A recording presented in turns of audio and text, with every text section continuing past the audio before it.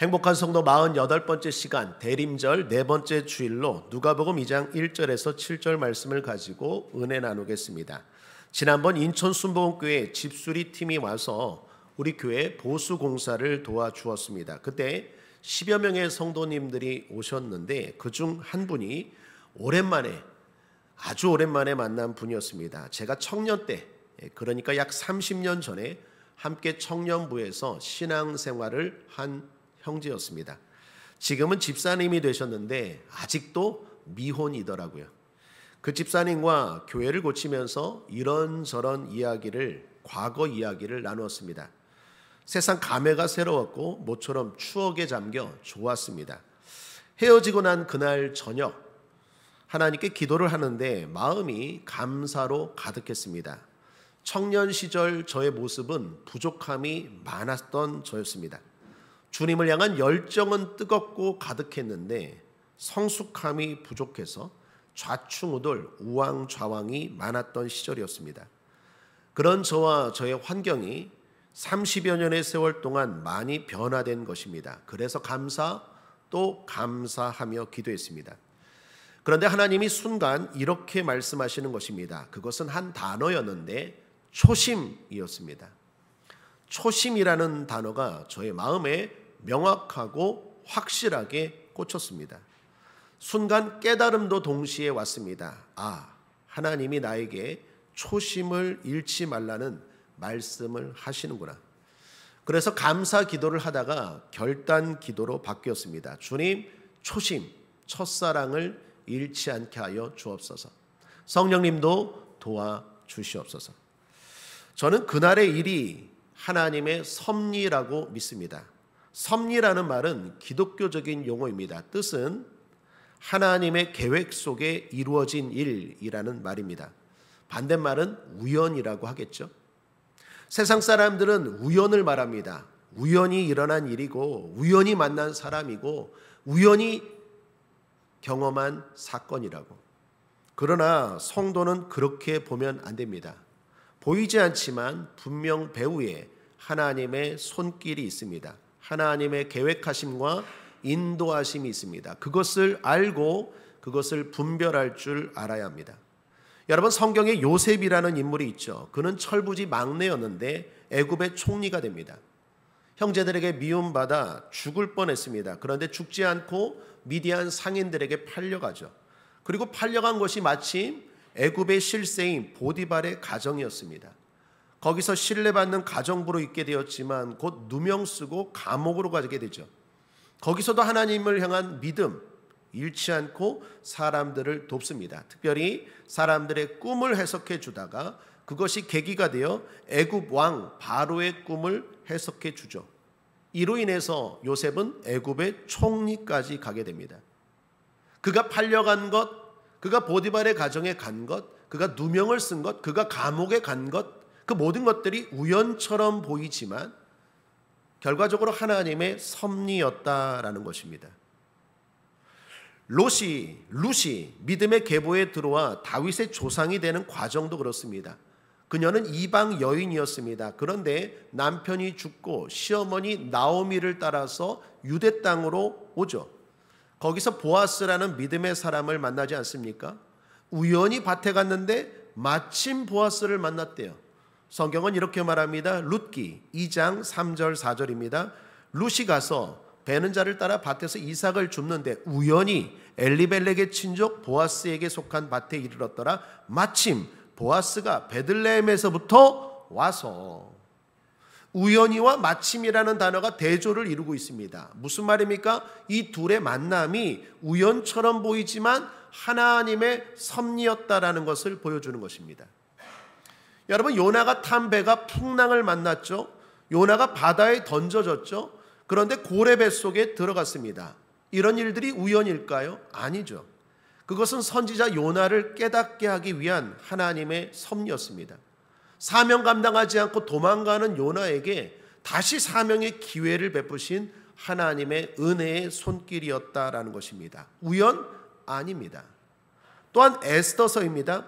에스더서는 하나님이라는 말이 한 번도 나오지 않는 책입니다. 그런데도 그 내용을 보면 하나님의 섭리로 가득합니다. 아하수에로 왕의 왕후가 쫓겨났습니다. 그리고 믿음의 여인 에스더가 왕후로 발탁되죠. 아하수에로 왕이 잠이 오지 않아 밤에 역대일기를 읽었어요. 그때 또 하만이 가까이 있었습니다.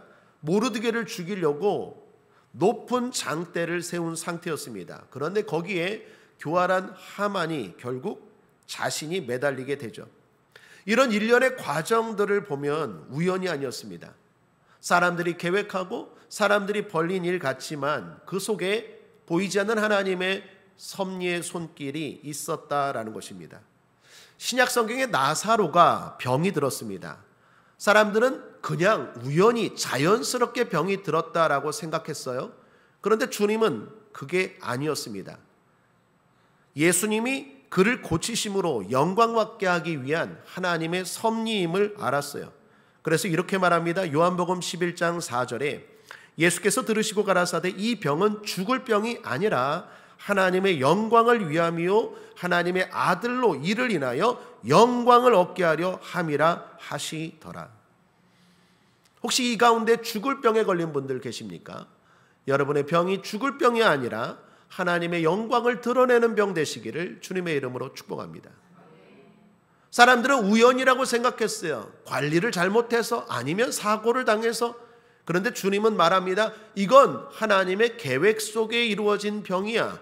죽을 병 아니야. 하나님이 나에게 영광을 주시기 위해서 베푸신 일들이야. 그런데 뒤에 보면 나사로가 죽었습니다. 예수님은 죽지 않는다고 했는데 죽었어요. 사태가 심각해졌습니다. 병에서 죽음으로 바뀐 것입니다. 그때 사람들은 예수님을 불신했어요. 그러나 우리가 알다시피 예수께서 죽은 그를 살리심으로 더 큰 영광을 받게 되죠. 베드로와 고넬료의 만남도 그렇습니다. 둘의 만남은 당시 상황으로는 성사될 수 없는 만남이었습니다.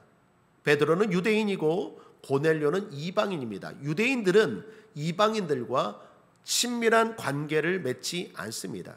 그럼에도 불구하고 둘의 만남이 이루어지죠. 하나님의 섭리 가운데 이루어진 것입니다. 성경은 이런 만남이 하나님의 섭리라는 걸 보여주기 위해 마침이라는 말을 자주 사용합니다. 사도행전 10장 7절 마침 말하던 천사가 떠나매 고넬료가 집안아인 둘과 종졸 가운데 경건한 사람 하나를 불러 사도행전 10장 17절에 베드로가 본 바 환상이 무슨 뜻인지 속으로 의심하더니 마침 고넬료에 보낸 사람들이 시몬의 집을 찾아 문 밖에 서서 사도행전 10장 25절 마침 베드로가 들어올 때에 고넬료가 맞아 발 앞에 엎드려 말하니 절하니. 자, 이제 우리가 살펴볼 건 예수님의 탄생입니다. 대림절 네 번째 시간 성탄절을 앞두고 있는 우리에게 예수님의 탄생은 우연히 일어난 일일까요? 당연히 그렇지 않습니다. 섭리입니다. 예수님의 탄생은 이미 수백 년 전 선지자들로부터 예언된 사건이었습니다. 그리고 하나님의 철저하고 놀라운 계획 속에서 이루어진 대표적인 섭리 사건입니다. 오늘 본문 누가복음을 보더라도 알 수 있습니다. 그때에라는 말이 자주 반복 사용되고 있습니다. 이건 예수님의 탄생이 하나님의 섭리라는 걸 보여주는 것입니다. 자, 그럼 좀 더 구체적으로 살펴보고 은혜를 나누도록 하겠습니다. 첫째는 하나님이 아구스도를 다루셨습니다. 오늘 본문 1절입니다. 함께 한번 읽어볼까요? 시작. 이때에 가이사 아구스도가 영을 내려 천하로 다 호적하라 하였으니. 이때에 라고 말합니다. 이때가 언제일까요? 동정녀 마리아가 예수님을 잉태했을 때에 라는 거예요. 그때 로마 황제 아구스도가 영을 내려 천하로 다 인구조사, 호적조사를 하라, 실시하라 명했다는 것입니다. 당시 인구조사는 크게 세 가지 목적으로 시행되었습니다. 첫째는 백성들로부터 세금을 거두려고 할 때, 둘째는 군대를 동원할 때, 그리고 셋째는 로마 통치하에 있는 사람들의 수가 얼마나 되는지를 알고자 할 때. 오늘 본문에 아구스도가 내린 목적은 마지막 세 번째가 오늘 본문에 해당합니다. 황제 아구스도는 인구 조사를 한 거예요. 로마가 다스리는 사람들이 얼마나 될까? 그렇다면 왜 이런 인구 조사를 할까요? 영웅심입니다. 자랑하기 위함입니다. 과시하기 위함입니다. 우리나라가 이 정도나 되는구나 라는 걸 보여주기 위함입니다. 여러분, 아구스도는 그만큼 영웅심이 대단한 사람이었습니다. 한 예로 자기 생일이 8월에 있다고 해서 달력도 자기 이름으로 바꾼 사람이 이 사람입니다. 우리가 영어로 8월을 어거스트라고 하죠. 이 어거스트가 바로 아구스도의 이름입니다. 아구스도 이 사람이 8월을 자기 이름, 그래서 영어로 어거스트로 바꾼 사람이 바로 이 사람입니다. 이런 영웅심은 하나님이 기뻐하지 않는 일이죠. 다윗도 한때 교만해서 인구조사한 때가 있었죠. 하나님의 은혜를 잊어버리고 힘자랑한다고 과시한다고 인구조사를 했죠. 신하들이 말리는데도 불구하고 인구조사를 한 결과 하나님께 큰 벌을 받게 됩니다. 이처럼 인구조사는 하나님이 싫어하시는 일입니다. 그런데 아구스도가 영웅심에 사로잡혀서 행한 거예요. 놀라운 건 하나님이 그의 영웅심마저 사용하셨다라는 거예요. 여러분, 생각해보면 만약에 아구스도가 인구조사를 하지 않았다면 동정녀 마리아는 베들레헴에 갈 이유가 없어요. 그리고 그녀가 거기를 가지 않았다면 예수님은 베들레헴에서 태어나지 않고 나사렛에서 태어났을 거예요. 만약에 그렇게 되면 문제가 생깁니다. 성경의 예언이 틀려버려요. 여러분, 미가서 5장 2절 함께 읽어볼까요? 시작.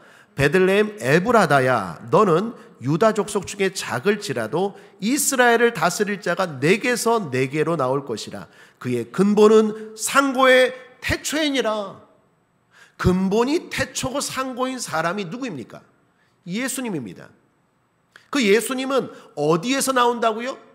베들레헴에서 태어나야 돼요. 그게 일관되게 선지자들이 예언한 것입니다. 그러므로 아구스도가 인구조사하지 않았다면 마리아는 베들레헴에 갈 이유가 없었고, 그리고 나사렛에서 나을 텐데 이 아구스도의 영웅심 때문에 마리아는 베들레헴에 갔고 하나님의 말씀을 이루게 되었다라는 것입니다. 이게 우연일까요?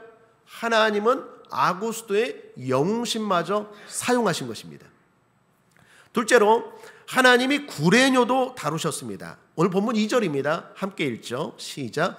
이 호적은 구레뇨가 수리아 총독되었을 때에 첩번한 것이라. 당시 총독은 구레뇨였습니다. 총독은 로마 황제 밑에서 자기에게 맡겨진 지역을 다스리는 자였습니다. 이 사람은 유대 지역을 맡았기에 유대 사람들은 직접적으로 총독 구레뇨의 지시를 따랐습니다. 그런데 이 총독 구레뇨가 출세욕이 강한 사람이었습니다. 그래서 황제에게 잘 보이기 위해 황제 말이라면 무엇이든 하는 사람이 이 구레뇨였어요. 말씀만 하옵소서, 무엇이든 하겠습니다. 그런 사람이 구레뇨입니다. 뇌물도 잘 바치고 불의한 일도 서슴없이 하는 사람이 구레뇨였습니다. 그런 그가 황제의 명령을 받은 것입니다. 인구조사를 하라. 그것도 오늘 성경에 보면 첫 번째 지시였다고 합니다.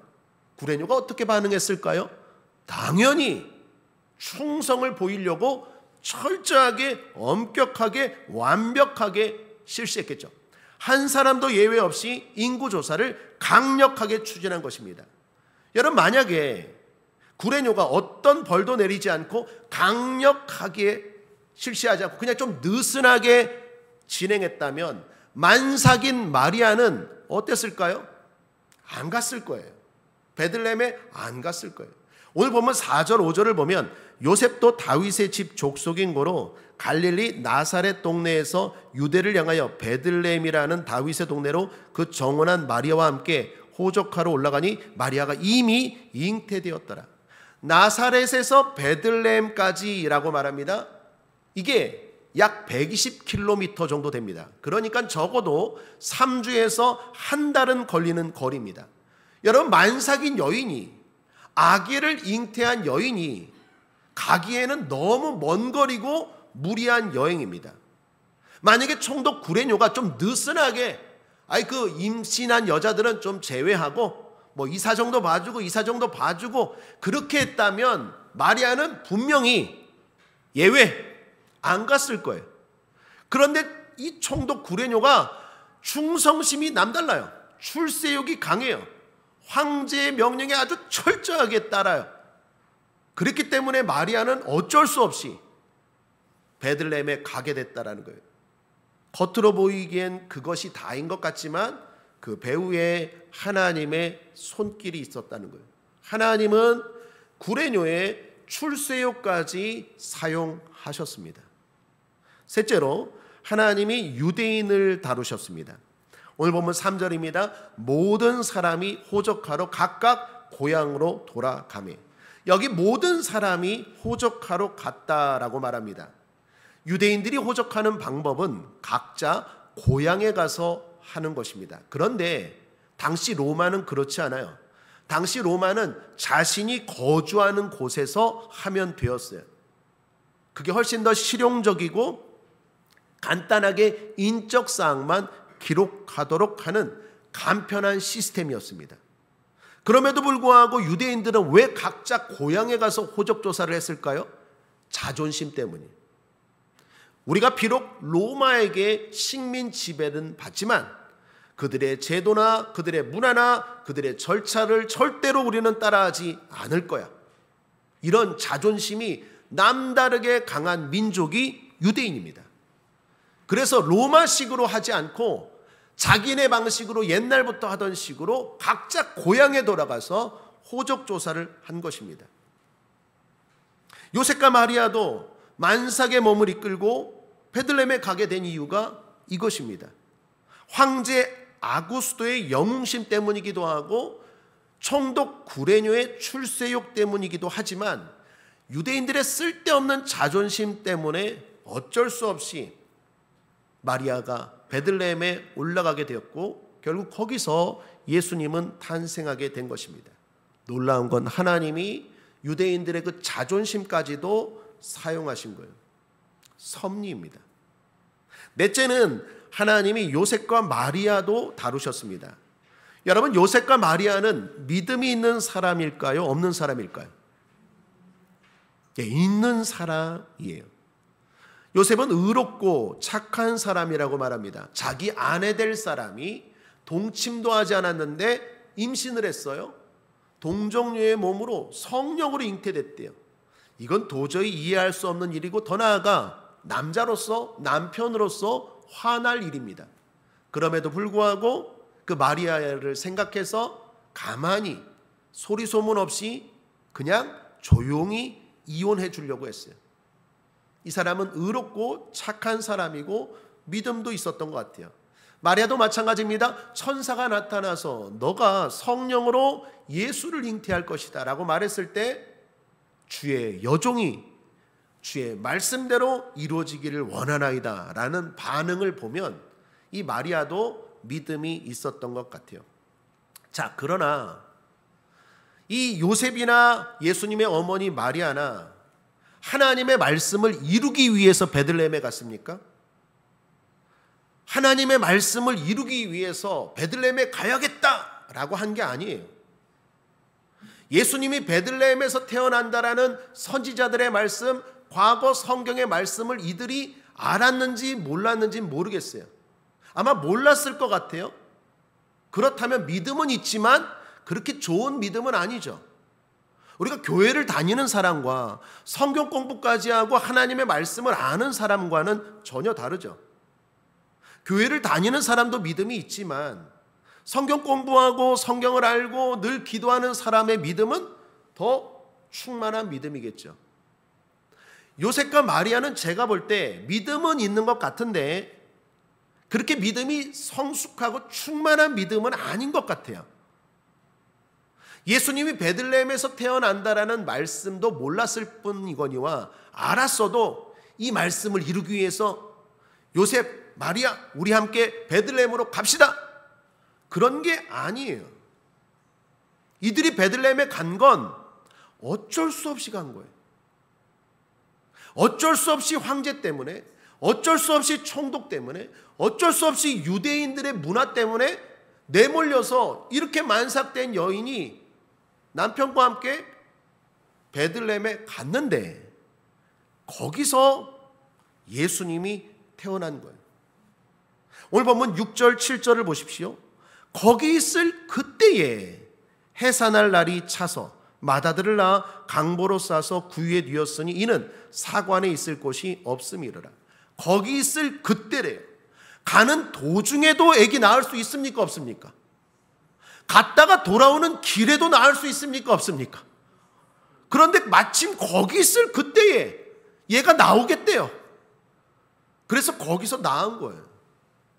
이 사람들이 딱 맞춰서 거기 간 게 아니라 하나님의 섭리 가운데 베들레헴에서 나게 됐다라는 거예요. 그래서 신약 성경 갈라디아서 4장 4절을 말씀합니다. 함께 읽겠습니다. 시작.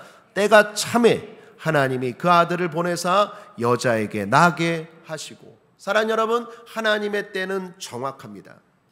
하나님은 실수가 없으신 분입니다. 우리가 볼 때는 다 더디고 잘못된 것 같지만 그렇지 않아요. 정확하고 바르게 갑니다. 지난 시간에 나누었던 말씀 이사야서 9장도 그렇죠. 6장 7절 이는 한 아기가 우리에게 낳고 한 아들을 우리에게 주신 바 되었는데 그 어깨에는 정사를 메었고 그 이름은 기묘자라 모사라 전능하신 하나님이라 영존하신 아버지라 평강의 왕이라 할 것임이라. 그 정사와 평강의 더함이 무궁하며 또 다윗의 위에 앉아서 그 나라를 굳게 세우고 자금 이후 영원토록 공평과 정의로 그것을 보존할 것이라. 만군의 여호와의 열심히 이를 이루시리라. 예수님의 탄생은 우연이 아니라 만군의 하나님께서 열심히 계획하시고 이루신 놀라운 섭리 가운데 이루어진 일인 줄 믿습니다.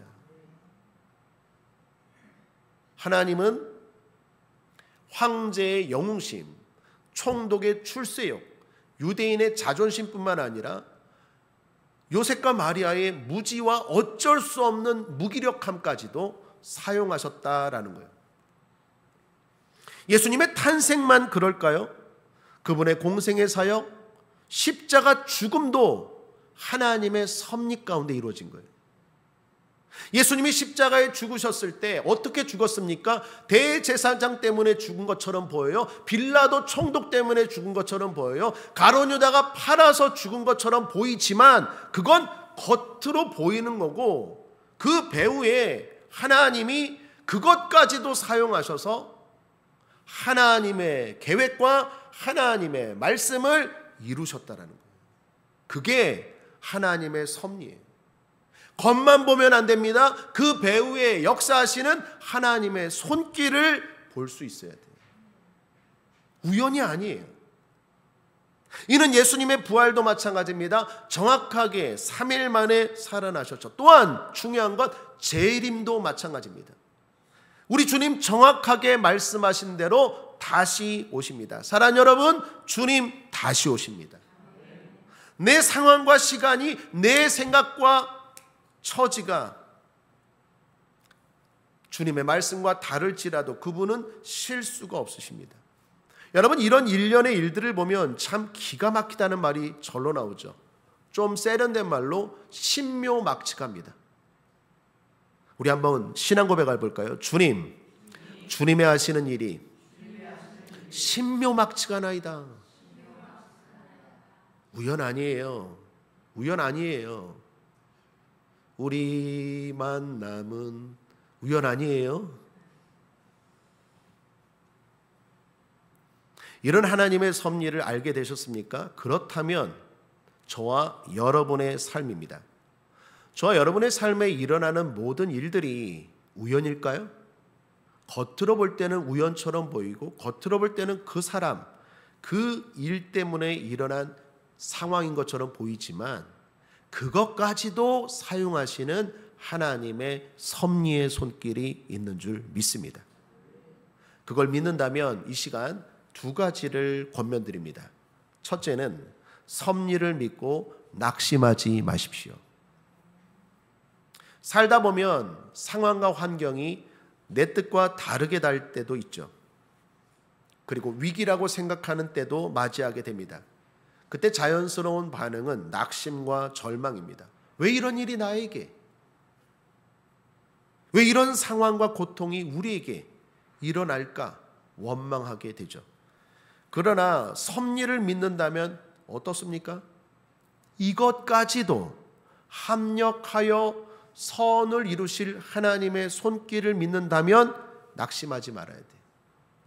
좋은 것만 좋은 게 아니라 안 좋은 것도, 내 계획과 다른 것도 좋은 것이 될 줄 믿습니다. 우리의 삶 가운데 역사하시는 하나님의 섭리의 손길을 믿는다면 시시비비 가리지 말고 일희일비하지 말고 늘 감사하고 기뻐하고 낙심치 말아야 될 줄 믿습니다. 예수님은 마태복음 10장 29절에서 이렇게 말씀하십니다. 참새 2마리가 한 아사리온에 팔리지 않느냐? 그러나 너희 아버지께서 허락하지 아니하시면 그 하나도 땅에 떨어지지 아니하리라. 값어치 없는 참새 1마리도 하나님께서 허락하시지 않으면 절대로 떨어지지 않는다 말씀하십니다. 모든 생명체의 생사는 하나님이 주관하십니다.